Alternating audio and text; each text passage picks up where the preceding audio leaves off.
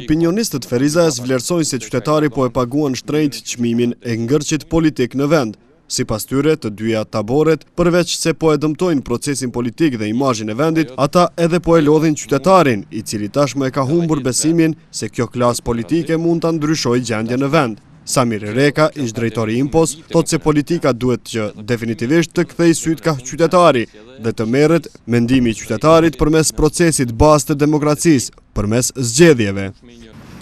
Vëmendja tek qytetarët mund të kthehet edhe të kërkohet opinioni tyre përmes një mënyre tjetër. Ajo konsideroj që është qoftë përmes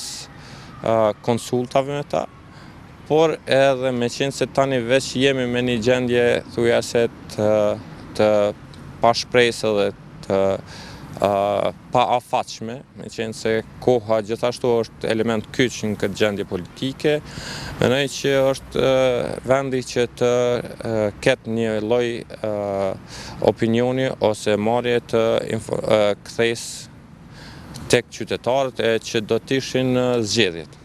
Ndërkaq Albion Sherifi thotë se duhet të ndalet me do e mos arroganca e pushtetit dhe dhuna e opozitës, sepse nga kjo gjendje humb qytetari e nuk fiton askush. Sherifi nuk beson se zgjedhjet do të ishin zgjidhje. Fatkeqësisht vendi ynë ka hyrë në një cikël të krizave ndryshme politike, të cilat po manifestohen dhunshëm, qoftë nga ana ose me arrogancë, qoftë nga ana e pozitës, qoftë nga ana opozitës. Në këtë rast humb qytetari. Humbin gjithë ata njerëz të ndershëm të këtij vendi, të cilët nuk mund gjejnë ose nuk mund kryejnë shërbimet e saj pranë institucioneve ose përgjegjësve të cilët edhe kanë zgjedhur. Ju përmendet si opsion zgjedhjet e reja, mirë po edhe zgjedhjet që ishin në sollën këtë qeveri e cila sot po kontestohet. Samir Reka thotë se një konsensus është më së i nevojshëm dhe se duhet të jetë i përmasave kombëtare shtetërore, derisa duhet që të hiqet neglizhenca e dyanshme nga palët në konflikt dhe të krijojnë një qasje më ndryshe ndaj njëra tjetrës. Ne në demokraci gjithashtu asnjëherë qofshin pozitë, qofshin opozitë, nuk duhet të heq mendja prej konsensusit përgjithshëm nacional ose kombëtar ose shtetëror, si që në negociatat me Serbinë apo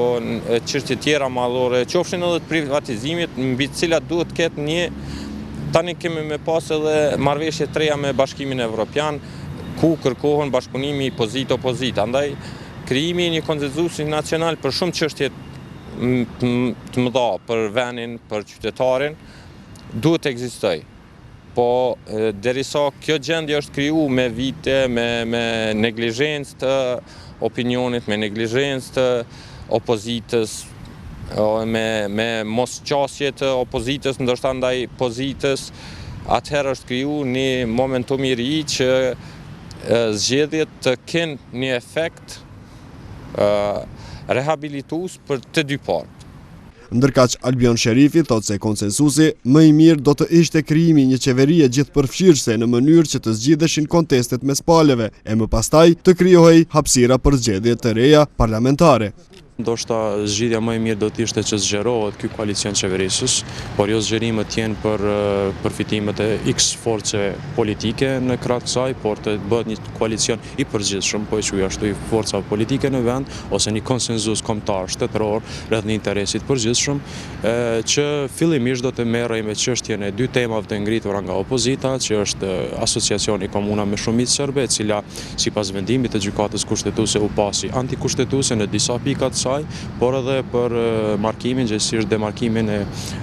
pikës do thotë vijës kufitare me malin e zi. Këto dy tema do të ishin ato të cilat do të merrej fillimisht qeveria teknike dhe pas kësaj pse jo të shpallej zgjedhje edhe për zgjedhje parlamentare, por edhe zgjedhjet për presidentin e vendit. Ndryshe, Kosova është në krizë politike që 4 muaj për shkak të protestave të opozitës në vend, kundër 2 marrëveshjeve, njëra me Serbinë për krijimin e asociacionit të komunave me shumicë serbe në Kosovë, si edhe tjetra e shënimit të kufirit me malin e zi.